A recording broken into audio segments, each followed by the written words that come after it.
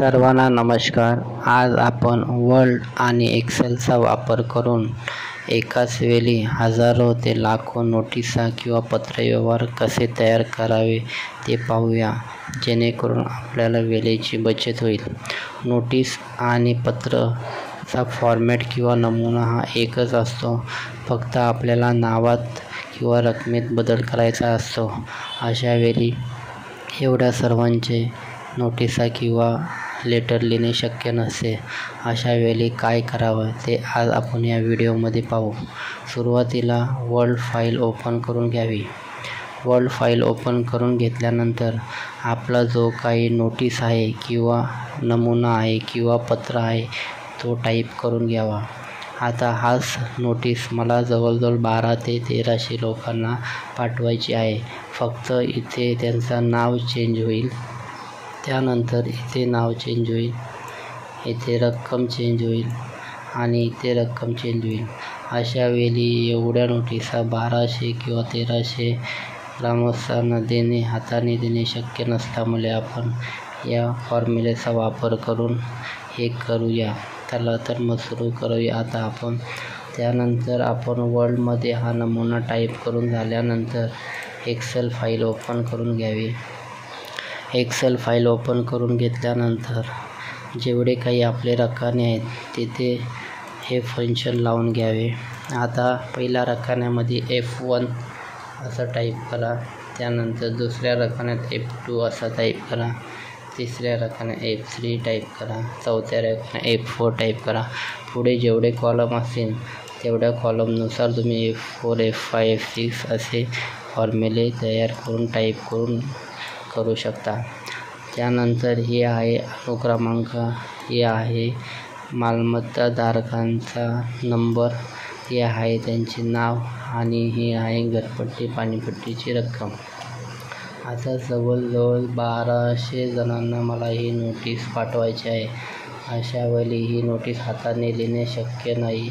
शक्य असले तरी खूप वेळेची बचत होत नाही, खूप वेळ वाया जातो.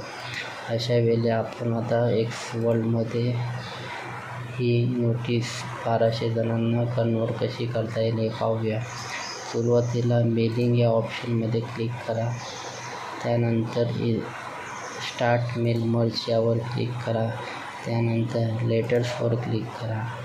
हे करून झाल्यानंतर सेकंडला सिलेक्ट रिसिप्शन्स यावर क्लिक करा, त्यानंतर यूज एक्झिस्टिंग लिस्ट यावर क्लिक करा. त्यानंतर आपली एक्सेल फाईल कुठे आहे ती फाईल पहिले आपण शोधून घेऊया. आता माझी फाईल ही आहे, ही एक्सेल फाईल आहे. ही एक्सेल फाईल ओपन करून घेऊ. एक्सेल फाईलमध्ये 3 शीट दाखवत आहेत, पण माझी माहिती ही पहिल्या शीटमध्ये असल्यामुळे त्या पहिल्या शीटला क्लिक करून ओके करा. ओके करून झाल्यानंतर आता आपल्याला इन्सर्ट मर्ज फील्ड या ऑप्शनवर क्लिक करायचे आहे. आता इथे F1, F2, F3, F4 असे फंक्शन दिसतील. आपण जे एक्सेल फाईलला फंक्शन लावलेले आहेत, हे बघा, हे एक्सेल फाईलला ते इथं ओपन झालेले आपल्याला दिसतील. सर्व व्हिडिओ काळजीपूर्वक पहा, स्टेप बाय स्टेप पहा. जर काही ऑप्शन मिस झाले तर आपल्याला नोटीस तयार करताना अडचण येऊ शकते. आता हे F1 फॉर्म्युला कुठे लावायचा आहे ते पाहूया. आता मला F1 फॉर्म्युला इथे लावायचा आहे. लिटिगेशन क्रमांक म्हणजे प्रत्येकाला वेगवेगळा क्रमांक द्यायचा आहे. आता एक्सेल फाईल ओपन करून मी तुम्हाला दाखवतो. हे बघा, हे जो क्रमांक आहे, प्रत्येकाचे अनुक्रमांक आहेत, ते मला प्रत्येकाला लावायचे आहेत. अशा वेळी मग आता परत वर्ड फाईलमध्ये जा आणि इथे क्लिक करून मग इन्सर्ट मर्जमध्ये जाऊन F1ला क्लिक करा.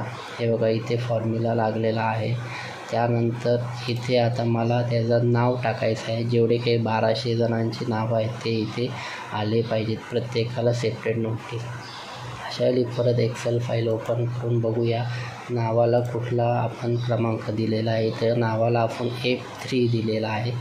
परत वर्ड फाईल ओपन करा आणि इथे F3 सिलेक्ट करा. इथे आता आपला नावांचा फॉर्म्युला लागलेला आहे. आता इथे पण आपल्याला कोणाला नोटीस द्यायची आहे त्याचा इथे नाव आले पाहिजे. त्यासाठी परत इन्सर्ट फील्डमध्ये जाऊन F3 फॉर्म्युला लावा. F3 नावाचा फॉर्म्युला लावून झाल्यानंतर इथे देखील मला ज्याला नोटीस द्यायची आहे त्याचं नाव आलं पाहिजे. त्यासाठी परत आपण इन्सर्ट मर्जमध्ये जाऊन F3 असा फॉर्म्युला लावा. त्यानंतर इथं त्या नोटीसधारकाची जेवढी रक्कम आहे तेवढी रक्कम आली पाहिजे. त्यासाठी आपण कुठला कॉलम निवडायचा आहे ते बघूया. आता इथे ही जी रक्कम आहे ती त्या नोटीसमध्ये आली पाहिजे. यासाठी आपण F4 हा फॉर्म्युला लावलेला आहे. तर इथं F4 असा सिलेक्ट करा. परत इन्सर्ट मर्जमध्ये जाऊन F4 सिलेक्ट करा. इथे देखील आपल्याला 30 रक्कम आली पाहिजे. त्यासाठी परत इन्सर्ट मर्जमध्ये जाऊन F4 असा सिलेक्ट करा. आता आपला फॉर्म्युला लावून झालेला आहे.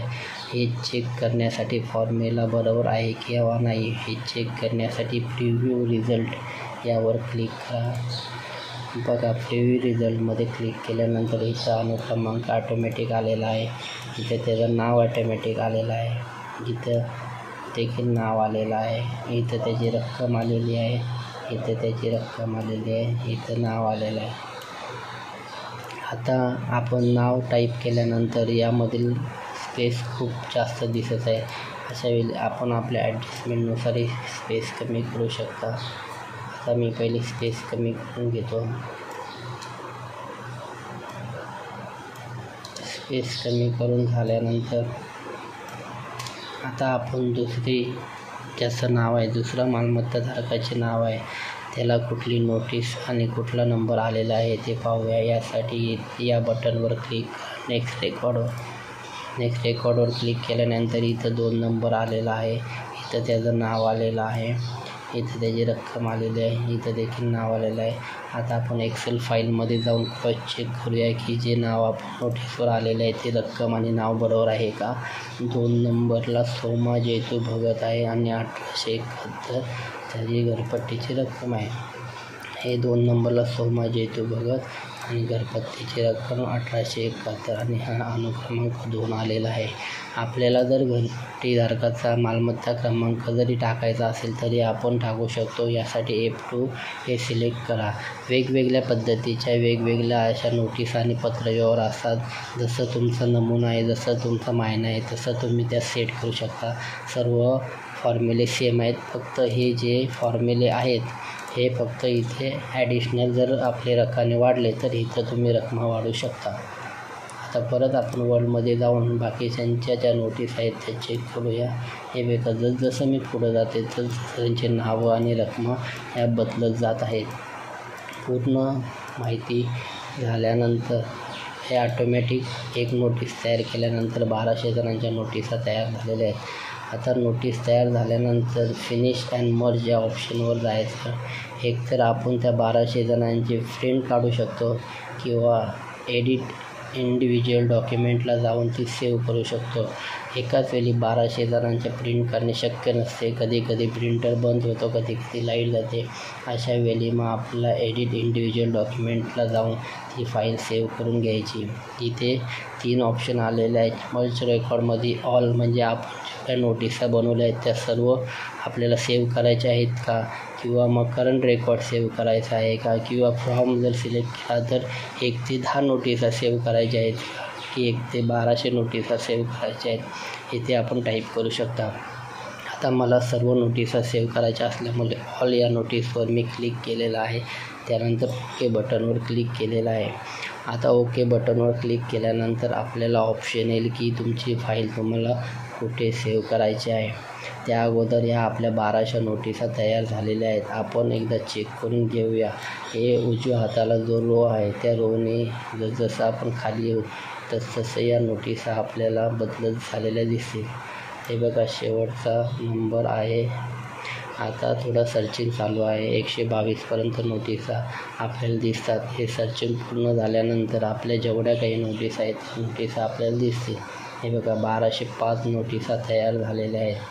आता आपल्याला या नोटिसा सेव्ह करून घ्यायच्या आहेत आपल्या फाईलमध्ये. त्यासाठी फाईल मॅनेजला जाऊन सेव्ह ॲजला क्लिक करायचं.